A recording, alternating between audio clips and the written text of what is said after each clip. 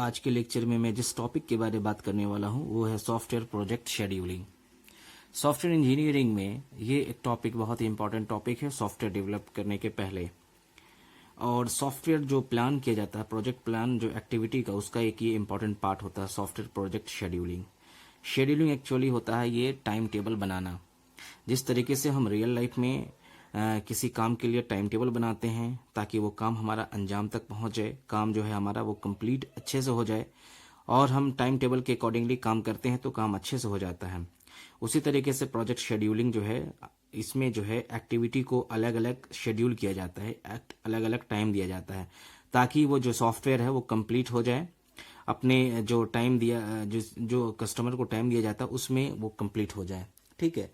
या फिर जिस तरीके से आप स्टूडेंट अपने स्टडी के लिए, पढ़ने के लिए जो टाइम टेबल बनाते हो कि इस टाइम में ये पढ़ना है, इस टाइम में ये पढ़ना है, ये सब्जेक्ट देखना है, कंप्यूटर साइंस है, फिजिक्स है, मैथ्स है, तो उस हिसाब से आपका जो है वो सिलेबस पैरेलल कंप्लीट होने लगता है।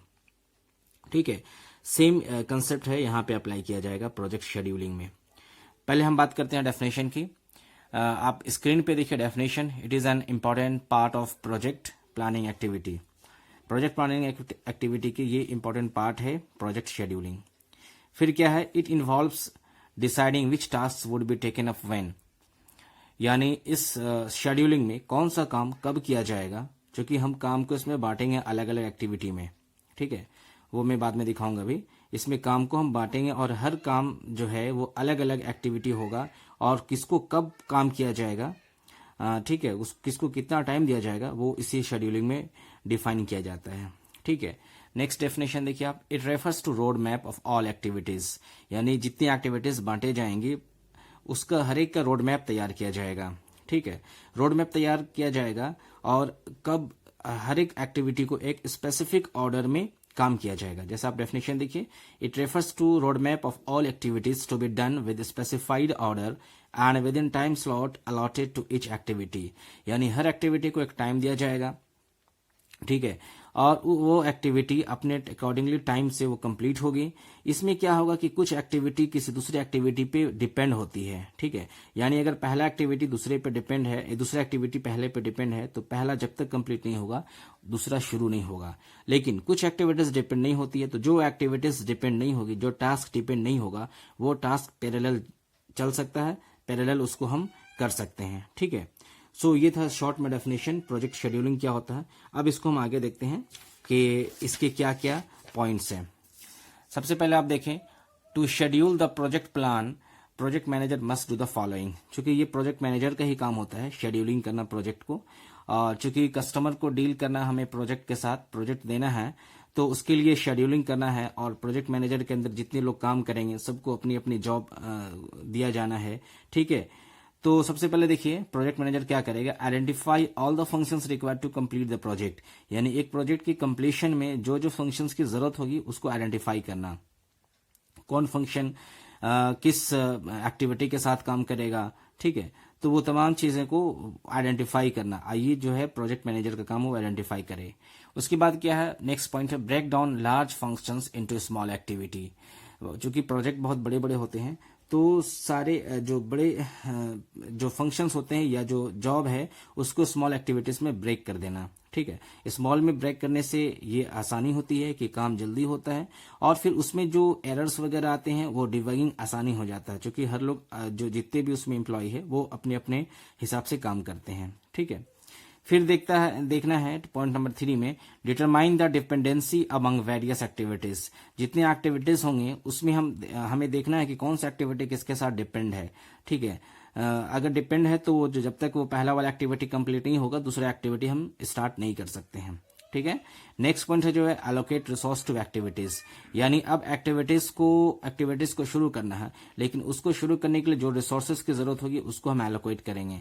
तो तमाम चीजों को जब एलोकेट करने के बाद हमारा एक्टिविटी शुरू होगी, यानी जो अगर टास्क शुरू करना है उस काम को शुरू करने के लिए जो जो चीज की जरूरत होती है उसको हम पहले एलोकेट कर लेंगे और उसको पहले से हम इंतजाम कर लेंगे। ठीक है, उसके बाद देखते हैं plan the beginning and ending dates for different activities, यानी कि जितनी एक्टिविटीज है सब एक्टिविटीज का शुरू होना और फिर खत्म हो जाना है। तो शुरू होने का जो डेट होगा और जो खत्म होने का जो डेट होगा उसको सेट करना, ये प्रोजेक्ट मैनेजर का काम है। इस बिगिनिंग डेट को और एंडिंग डेट को प्लान करना, हर एक्टिविटी में शुरू कैसे होगा, एक्टिविटी शुरू कैसे होगा और वो खत्म कैसे होगा। ठीक है, so these are some points which will be followed by the project manager, right. इसके बाद हम कुछ कोई पॉइंट्स पे बात करते हैं और एक छोटा सा एग्जांपल दिखाएंगे आप लोगों को कैसे काम करेगा ये। ठीक है, देखिए यहाँ पे की पॉइंट्स मैंने कुछ लिखा है, यहाँ पे आप देखिए कि इसमें क्या, some task will goes on in parallel, यानी कुछ टास्क जो है वो पैरेलल काम कर सकते हैं। ये कब काम करेंगे, जब एक टास्क दूसरे टास्क पर डिपेंड नहीं होगा तभी वो पैरेलल काम करेंगे।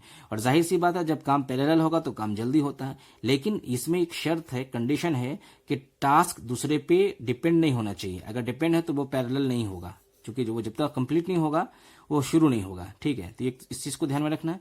दूसरा क्या, समटाइम्स थिंग्स गो रॉन्ग, कभी कभी कुछ चीजें गलत हो जाती हैं। ठीक है ना, वो डेवलप गलत हो जाता है, कोडिंग गलत तरीके से हो जाता है, उसको फिर से किया जाता है, तो ये चीज जनरली हो सकती है। ठीक है, नेक्स्ट क्या है, people working on the project में फॉल इल, अगर प्रोजेक्ट में कुछ लोग काम करें तो हो सकता है वो बीमार भी हो सकते हैं, जिसकी वजह से जो शेड्यूलिंग हमने किया है तो आगे पीछे भी हो सकता है।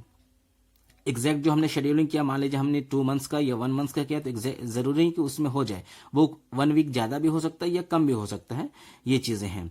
तो इसको ध्यान में रखते हुए फिर मैंने आप लोगों के सामने एक छोटा सा एग्जांपल प्रोजेक्ट शेड्यूलिंग से एक रिप्रेजेंटेशन यहाँ पे दिखाया है। ठीक है, आप देखिए स्क्रीन पे, मान लीजिए आपको एक सॉफ्टवेयर डेवलप करना है, उस सॉफ्टवेयर को जो हमने ब्रेक किया उसको 5 टास्क में ब्रेक किया है। ठीक है, टास्क 5 में हमने ब्रेक किया है और हमने यहाँ टास्क को T1, T2, T3, T4, T5 में दिखाया, राइट। ये टास्क है, ये ड्यूरेशन है डेज में, ये डिपेंडेंसीज है, राइट। अब यहाँ पे जो है T1 जो है टास्क है वो कितना समय लेगा कंप्लीट होने में, 10 डेज लेगा। ठीक है, और डिपेंडेंसीज की कुछ भी नहीं है, किसी पे डिपेंड नहीं है, राइट। नेक्स्ट देखिए T2 जो है टास्क 2 है, ये जो ड्यूरेशन लेगा कंप्लीट होने में, ये कंप्लीट का ड्यूरेशन है, ये 5 डेज लेगा, लेकिन इसकी डिपेंडेंसी T1 है। इसका ये मतलब होगा कि जब तक T1 कंप्लीट नहीं हो जाएगा T2 शुरू नहीं होगा। क्लियर है। नेक्स्ट देखते हैं T3 जो है टास्क 3, ये ड्यूरेशन कितना लेगा 20, लेकिन डिपेंडेंसी किसी की भी नहीं है, ये किसी पे डिपेंड नहीं है। T1 खत्म हो, T2 खत्म हो ना हो, शुरू हो ना हो, T3 को शुरू किया जा सकता है, लेकिन इसमें हमने क्या लिखा है, M1 लिखा। This is called milestone. Actually project scheduling जब किया जाता है तो उसके लिए कुछ माइलस्टोन तय किए जाते हैं। माइलस्टोन मतलब माइलस्टोन के अंदर कोई फंक्शंस है कि हमें ये 2 फंक्शन 3 फंक्शन को कंप्लीट कर देना है, तो उसको हम एक माइलस्टोन कह सकते हैं। ठीक है ना, जिस तरीके से हम रोड में देखते हैं जो माइलस्टोन होते हैं कि हाँ अभी माइलस्टोन देखने के बाद आप यहाँ पहुंच गए तो उसमें 1 किलोमीटर बताता है कि यहाँ तक है, तो एक माइलस्टोन क्या तय करता है कि यहां तक आप कंप्लीट कर दिए हैं काम। ठीक है, तो प्रोजेक्ट शेड्यूलिंग में, प्रोजेक्ट प्लानिंग में एक माइलस्टोन तय किया जाता है कि इसके अंदर कुछ फंक्शंस कंप्लीट हो जाना है, तो वो होता है माइलस्टोन। ठीक है, फिर देखते हैं हम T4 है, टास्क 4 है, ये ड्यूरेशन कितना ले रहा है, 6 ले रहा है, लेकिन ये डिपेंड किस पे हो गया, T3 पे। दैट मीन्स T3 जब तक कंप्लीट नहीं होगा T4 शुरू नहीं होगा।